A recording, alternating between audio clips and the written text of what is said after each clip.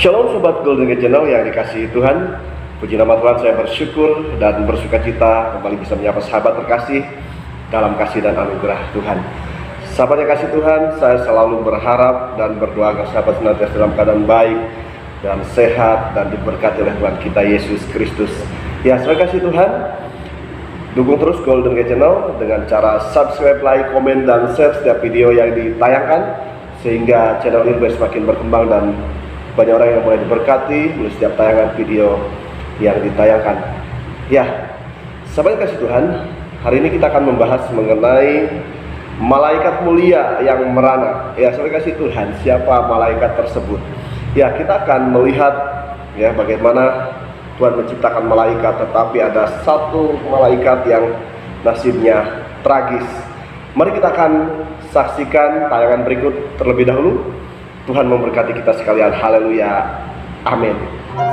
Lucifer dulunya adalah malaikat Tuhan yang namanya memiliki arti pembawa cahaya atau bintang fajar. Lucifer dideskripsikan di Alkitab sebagai makhluk yang sangat terang dan sangat bijak. Banyak yang mengatakan bahwa Lucifer adalah salah satu malaikat paling kuat atau salah satu malaikat yang memiliki posisi tertinggi di surga. Dia adalah the angel of worship, malaikat yang memimpin puji-pujian di surga. Namun, Lucifer memberontak pada Tuhan oleh karena kesombongannya dan keirian hatinya terhadap Tuhan. Dia ingin menjadi seperti Tuhan dan ingin menggeser Tuhan dari tahtanya. Akhirnya, Tuhan melempar Lucifer bersama dengan malaikat-malaikat lain yang mengikutnya keluar dari surga. Lucifer akhirnya lebih sering dikenal sebagai Satan yang memiliki arti musuh.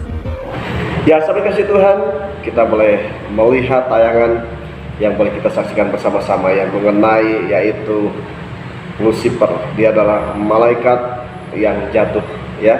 Sesungguhnya Lucifer diciptakan oleh Tuhan dengan kemuliaannya, dengan kemegahannya, dan dia sungguh memiliki satu posisi yang luar biasa karena dia adalah malaikat yang paling dekat dengan Tuhan. Ya, dia adalah pemimpin dari puji-pujian di surga. Tetapi oleh karena kesombongannya, dia harus dilempar ke bumi. Saya kasih Tuhan, mari kita akan simak penjelasan dari hambanya Evangelis Dautoni mengenai penciptaan malaikat dan kemudian nasib tragis yang dialami oleh Lucifer, di mana dia menjadi malaikat yang mulia tetapi berakhir merana. Mari kita akan saksikan bersama-sama. Tuhan memberkati kita sekalian. Amin. Mari kita berdoa. Bapa di surga, dikuduskan namamu, datang kerajaanmu jadi kehendakmu. Berkati firman-Mu, berkati kami semua. Bebaskan kami dari yang jahat, bebas dari kegelapan. Kuasa Yesus bekerja, lawat kami secara pribadi Tuhan. Demi nama Yesus, yang percaya katakan amin. Silakan duduk. Hari ini kita bahas tentang siapakah iblis. Apa saudara? Nah, ngomong sama sebelahnya, kamu bukan iblis. Mari kita buka dalam kitab Yesaya pasal 14. Kitab Yesaya pasal 14 ayat 12 sampai dengan ke-15. Kitab Yesaya pasal 14 ayat 12 sampai dengan ke-15. Wah, engkau sudah jatuh dari langit, hai bintang timur putra fajar. Engkau yang sudah dipecahkan dan jatuh ke bumi, hai yang mengalahkan bangsa-bangsa. Ayat 13 sudah baca?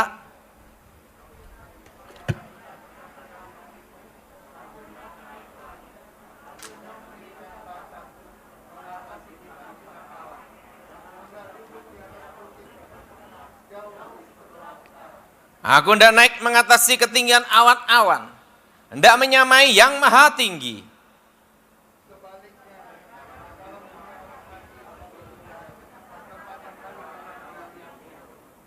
Saya mau tanya sama saudara, siapa yang pernah baca di Alkitab bahasa Indonesia tertulis kata Lucifer? Angkat tangan.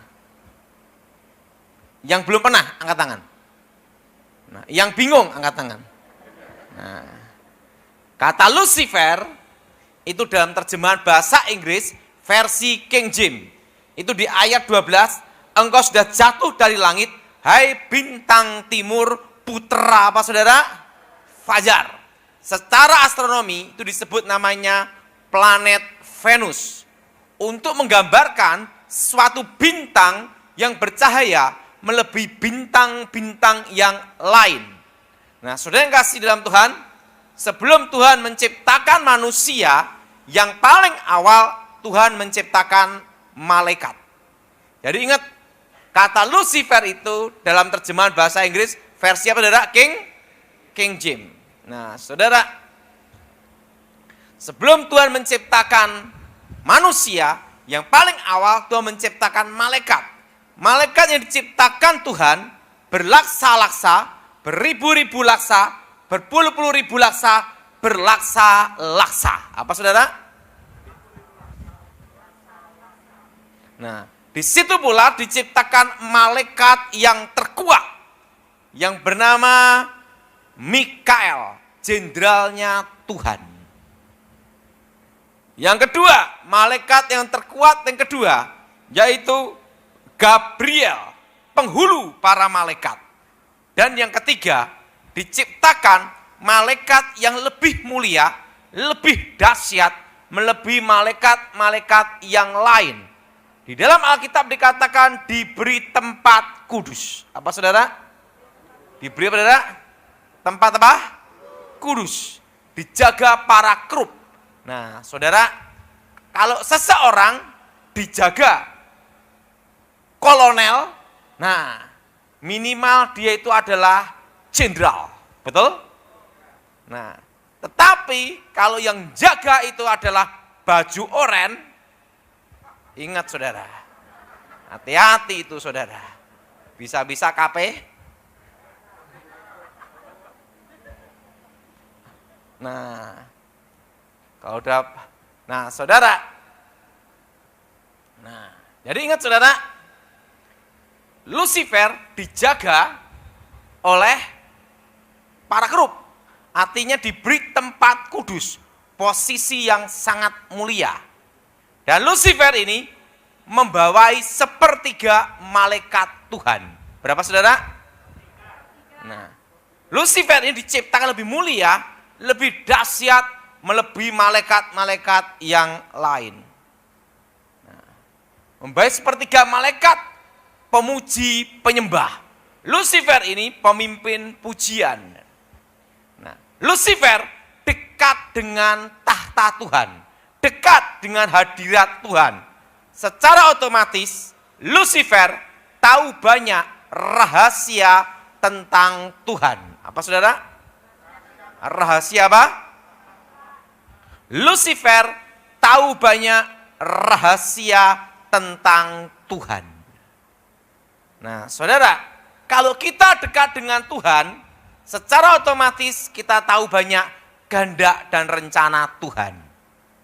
Perlu tahu, seorang guru tidak akan memberikan muridnya 100%. Maksimal 80%.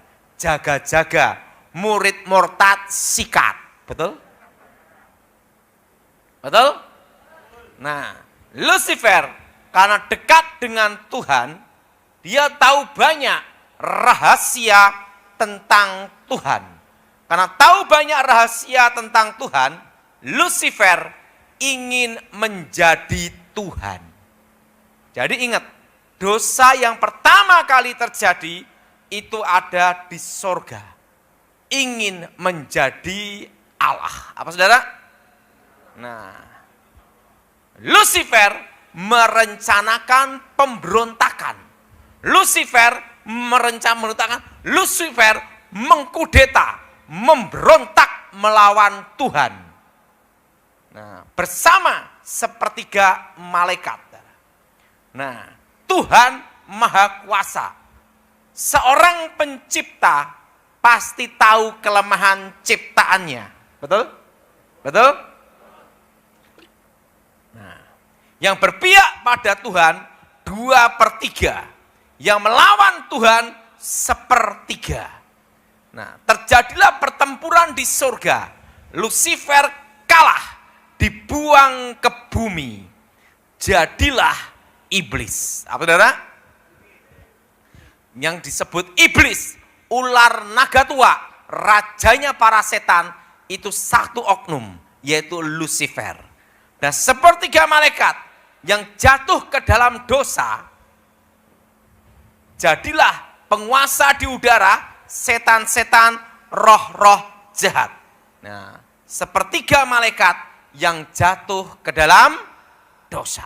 Nah, saudara, Lucifer ini adalah malaikat yang disayang Tuhan. Dalam hidup ini, yang paling mengecewakan dan yang paling menyedihkan, kalau kita dikhianati orang yang terdekat dengan kita. Betul? Betul? Orang yang terdekat dengan apa? Orang yang terdekat dengan kita. Demikian Tuhan sangat sedih dan kecewa dengan pemberontakan Lucifer.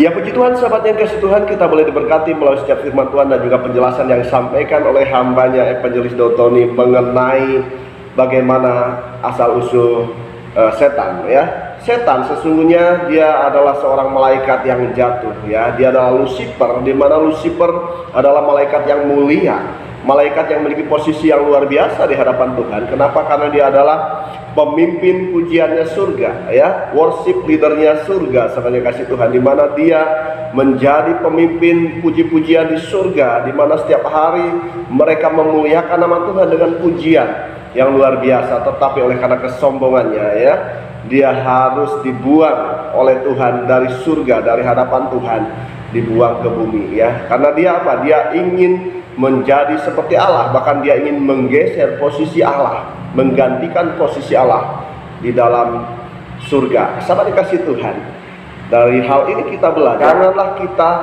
sombong di hadapan Tuhan, tetapi sebaliknya kita harus rendah hati di hadapan Tuhan, merendahkan diri kita di hadapan Tuhan. Firman Tuhan di dalam Matius pasal yang ke-23 ayat 12 demikian bunyinya, dan barang siapa meninggikan diri, ia akan direndahkan, dan barang siapa merendahkan diri, ia akan ditinggikan. Sampai kasih Tuhan, firman Tuhan katakan bahwa kita kalau meninggikan diri di hadapan Tuhan, kita akan direndahkan. Tetapi kalau kita merendahkan diri di hadapan Tuhan, kita akan ditinggikan. Banyak orang yang seringkali mereka merendahkan diri di hadapan Tuhan ketika dia belum menjadi siapa-siapa, ya, sehingga dia begitu merasa bahwa dia butuh Tuhan,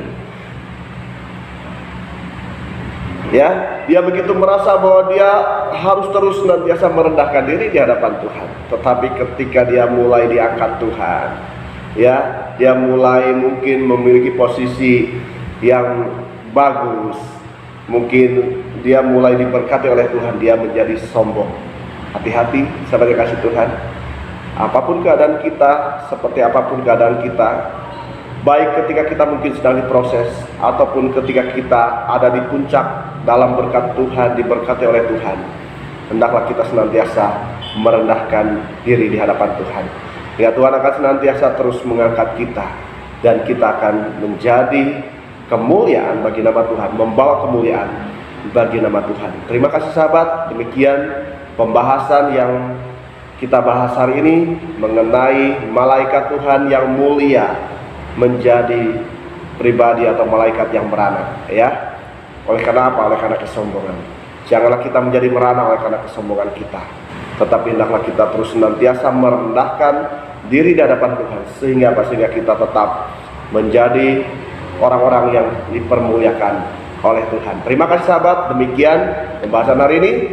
Jika sahabat diberkati melalui pembahasan hari ini, tinggalkan komentar di kolom komentar, berikan masukan dan juga saran agar channel ini boleh semakin berkembang dan nama Tuhan dipermuliakan. Terima kasih pada sahabat yang senantiasa setia mendukung Golden Gate Channel sampai hari ini. Kiranya kasih dan kebaikan Tuhan nyatakan dalam kehidupan sahabat. Terima kasih sahabat, Tuhan memberkati kita sekalian. Haleluya, amin.